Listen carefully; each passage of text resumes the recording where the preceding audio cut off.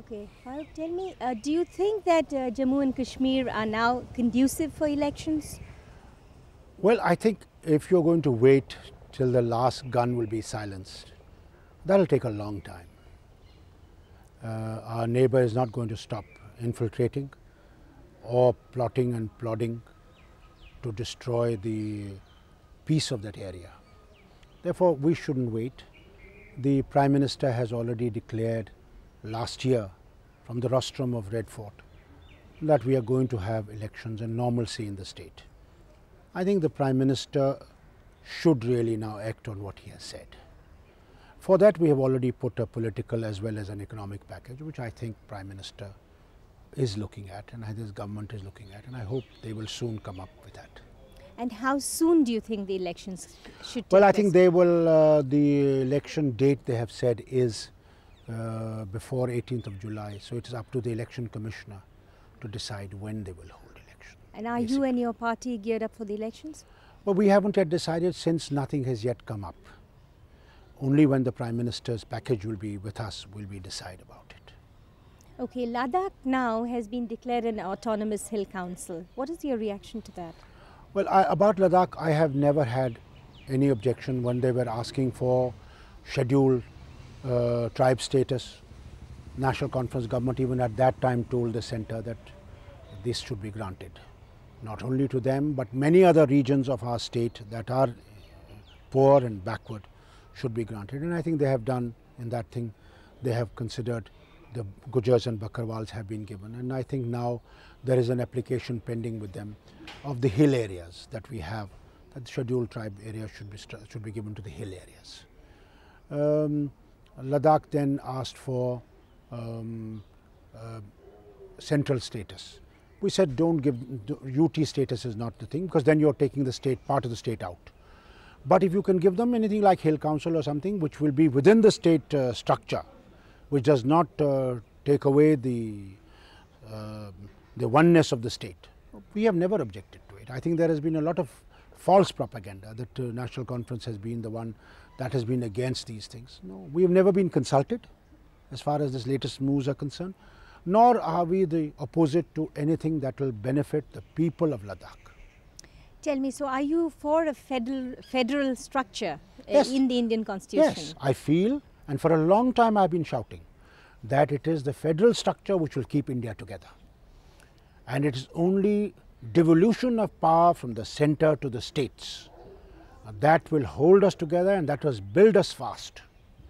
And I am sure Government of India must review the earlier Sarkaria Commission's recommendation and appoint a new and a fresh commission to see what more can be done to strengthen India's democracy and India's federal structure.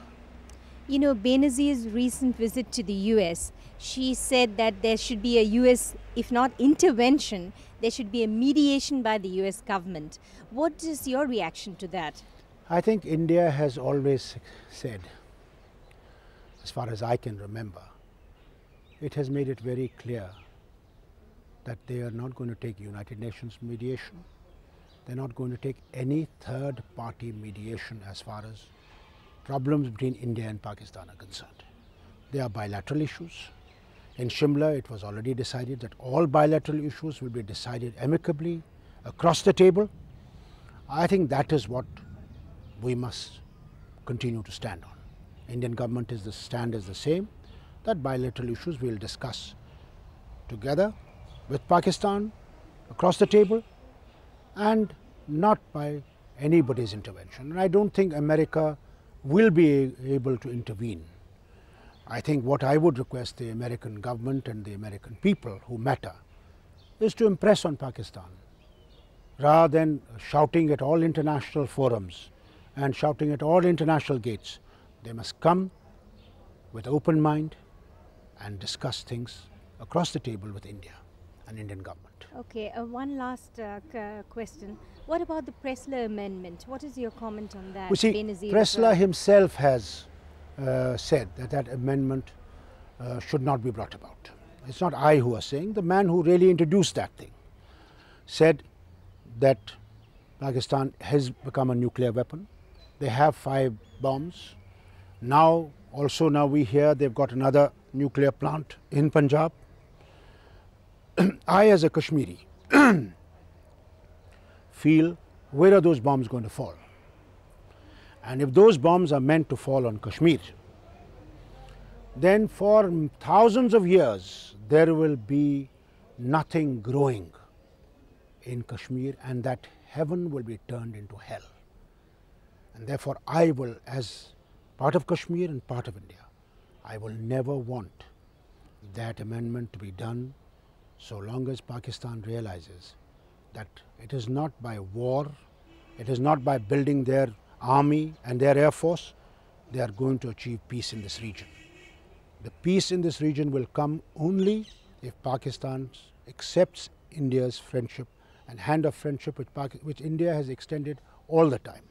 Even I, when I went to United Nations and when I went to the Geneva, I extended that hand of friendship openly to them. I hope they accept that hand of friendship and they come and they realize that we realize their problems and they realize our problems. Let us discuss our problems and find a mutual solution. Great. I hope you succeed, Farooq. Thank you very much. Thank you ever so much. Thank you.